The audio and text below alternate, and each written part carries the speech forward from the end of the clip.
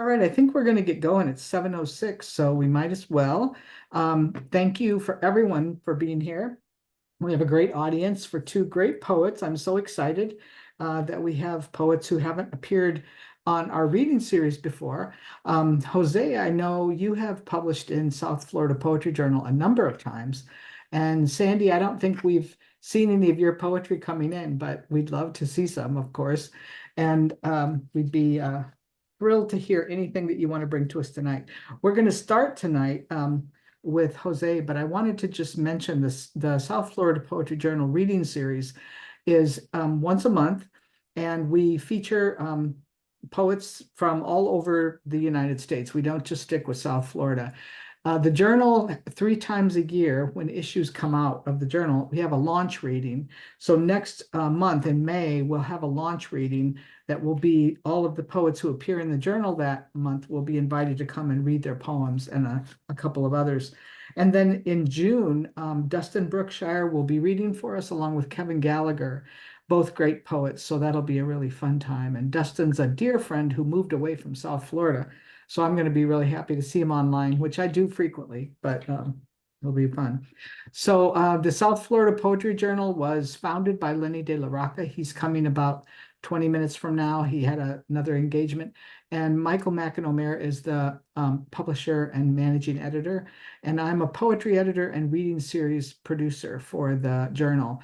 So you can check us out at www.SoFloPoJo.com. We affectionately call the journal SoFloPoJo. And you can also check us out on our Facebook page and in Instagram as well. And here comes Michael, just as I said his name. I summoned him, I think. And you can find out about all the schedule of readings and check into everything in our submissions and read the journal online at that SouthFloridaPoetryJournal.com. Thanks, Michael, for joining. I just introduced you and you showed up, so I think I summoned you. I feel very powerful. So again, thank you to both Jose and Sandy for being here. I'm going to introduce our first reader, Jose Hernandez Diaz. He is a 2017 NEA Fellow, author of The Fire Eater by Texas Review Press 2020. This book, Bad Mexican, Bad American, was published by Acre Books in 2024, and The Parachutist, which I just got yesterday, I'm so happy, by Sundress Publications, published this year. And Portrait of the Artist as a Brown Man is being published this year also by Red Hen Press.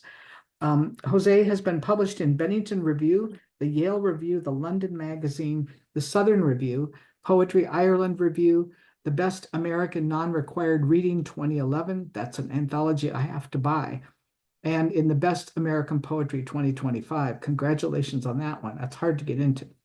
Jose has taught creative writing at the University of California at Riverside and currently is the visiting writer in residence at the University of Tennessee. So I'm going to be putting links in the chat where you can purchase the books. And there is a link where you can go on Red Hen Press and buy the newest one, Portrait of the Artist as a Brown Man, if you would like it. And I think I can put the covers in as well, so you can get a look at the covers and know what you're waiting for in the mail. So thank you, Jose. We appreciate you being here, especially on a busy night when you have another reading to do. So the stage is yours. Thank you. It's an honor to be here. It's an honor to publish in the journal a couple of times. And it's great to read here alongside Sandra. And like I said, I haven't been out to Florida, so it's good to share virtually some poems with the region and everybody online. I'm going to start off by reading from the first collection, technically my first full-length collection, Bad Mexican, Bad American. You see the cover here. I'm reading from my phone, so it's a bit of an odd angle that I've not done before, but I think it'll work. My computer, it fell off my bed and it does not work anymore. So I'm in the process of getting a new one. So the first poem is a prose poem I'm going to read. It's called Quetzalcoatl in the City. And this piece was published in the Southern Review. Quetzalcoatl in the City. I saw Quetzalcoatl at Panda Express in the city. I assumed he would strictly visit Mexican joints, but I'm sure he just wants variety, like anyone else. Quetzalcoatl ordered the impossible orange chicken bowl. I had no idea he's a vegetarian. Quetzalcoatl had on an elaborate, colorful headdress, and it carried a shield and a spear. I felt senselessly underdressed. I was in my flip-flops and a surfing shirt. I thought about going up and saying hello, but honestly, he was intimidating, Aztec god that he is. After Quetzalcoatl received his order, he tipped the workers, waved goodbye, and flew out of the door. I ended up ordering the regular orange chicken with brown rice and vegetables. I ate there and then drove home at sunset. Mm. Thank you. So the first half of the collection is autobiographical, linear verse, what we would call poetry, and then the second, or the second, third, and fourth sections are prose poetry. And so right now I'm reading from the prose poetry section. Um, this next piece is called "Insomniac Moon."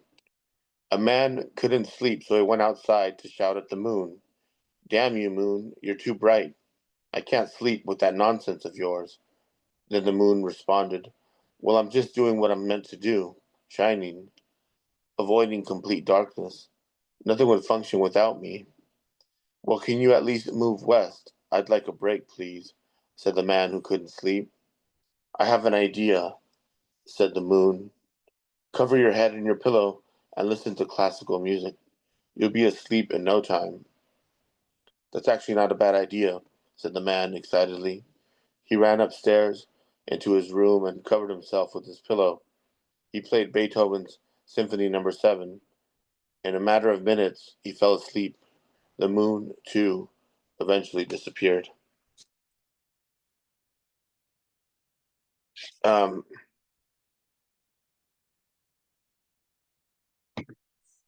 this next one here, I use it often in my generative workshops with um, with a writing prompt that says, "Write about inheriting a special superpower.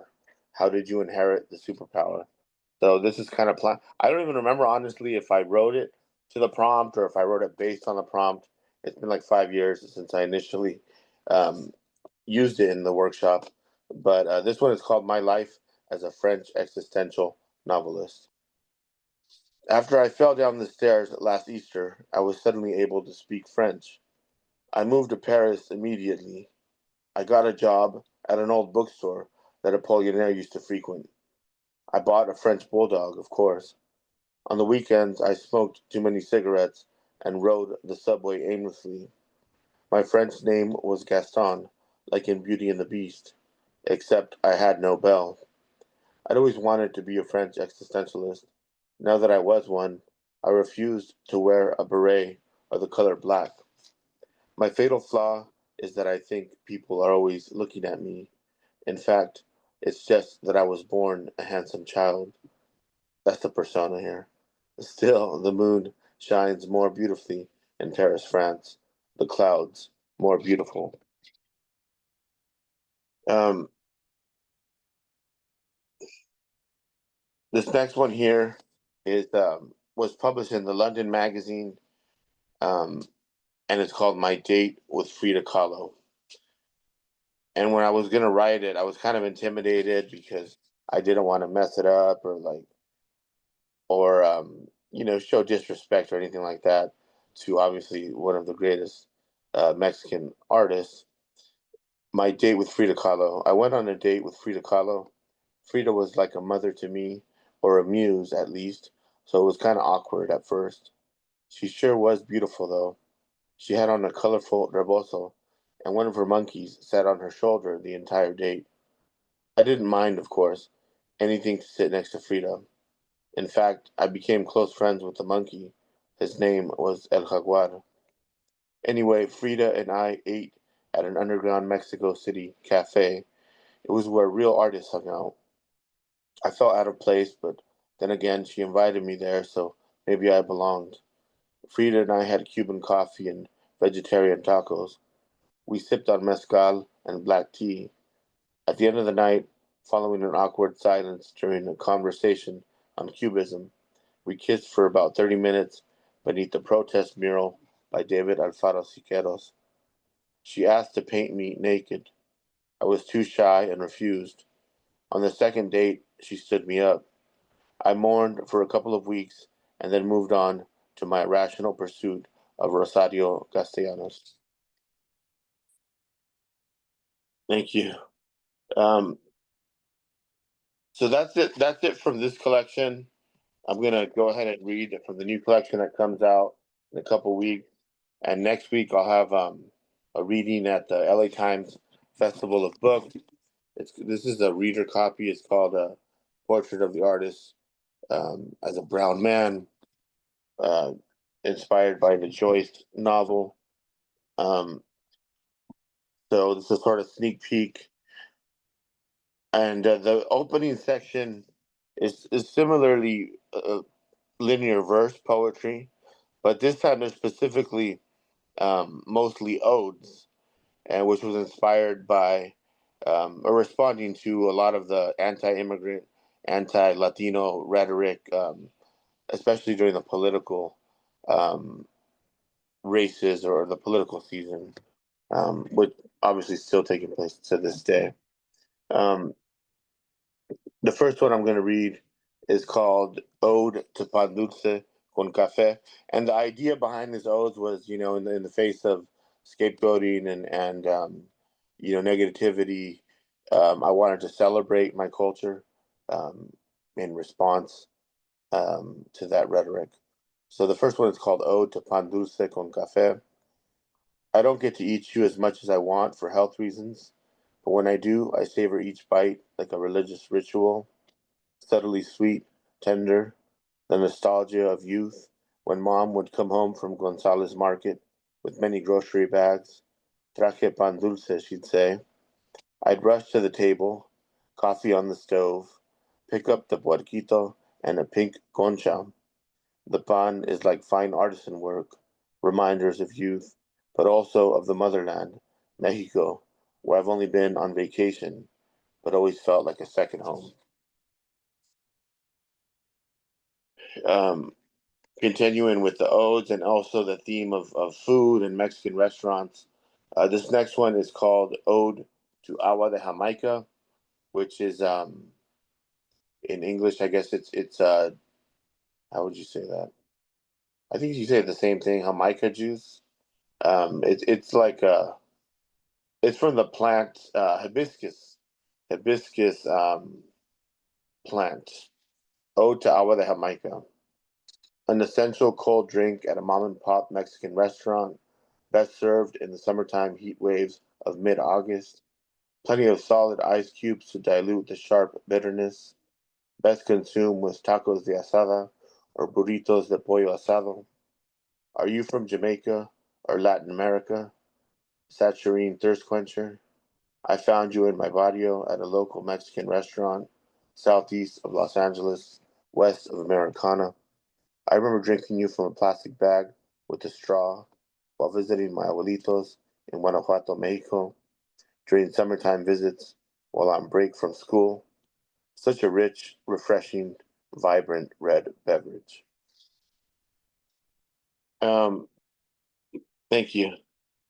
And so, like I said, the idea behind the odes is also um, similar to or inspired by Neruda's Elemental Odes, which took place or in reverence of the everyday and the common and celebrating the mundane. And this next one is called Ode to the Piñata, and it was published in Triquarterly. Ode to the Piñata. You're always there for me, dear Piñata. Every year you greet me when I need you most, when I'm 1 year closer to death. You remind me to take a second and enjoy sweet dulces. You have a deep philosophy. Swing, swing harder, eat candy. What utter wisdom! Sartre himself would be proud. Piñata, your colors are as majestic as a rainbow swaying in the sky. Sure, I'm fully grown and don't need you anymore, but you bring me happiness, and damn it, that's important. No, I don't eat candy anymore, but a chocolate or two won't hurt. Besides, seeing my sobrinos run to get scattered dulces is worth any price or trouble. Maybe I will put a bouquet of carnations inside of you, sweet piñata. Maybe a dozen tacos de asada al pastor. All kidding aside, you've been in the familia since the beginning, even before los abuelitos.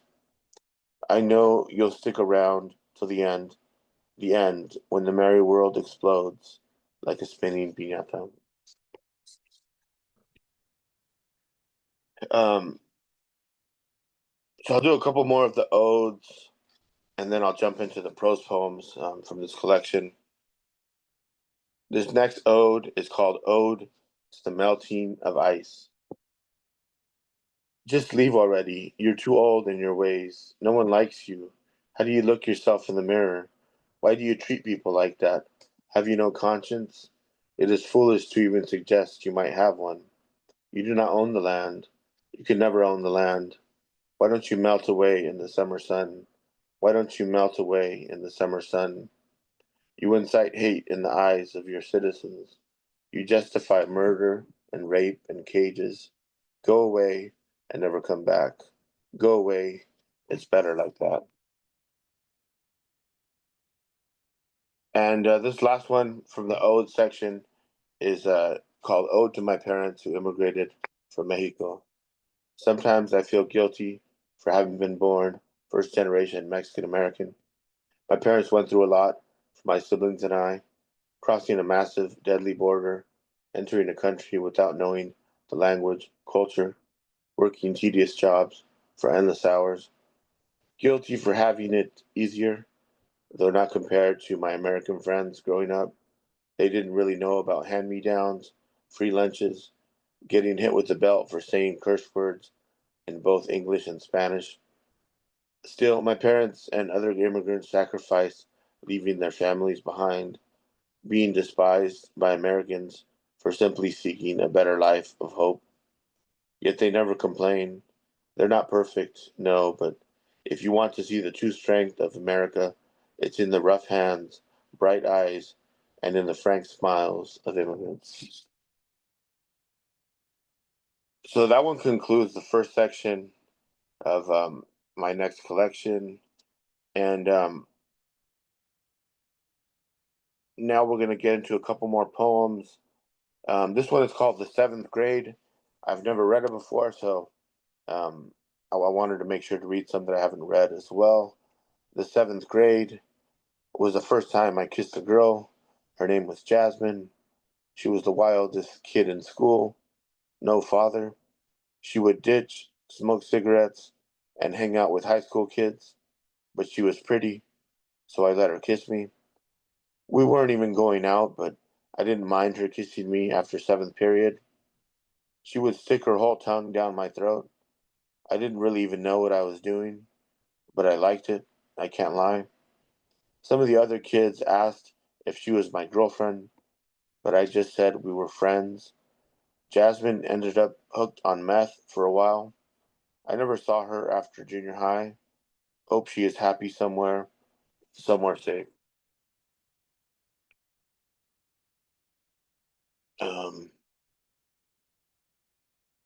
Let's see here. So I'll do two more.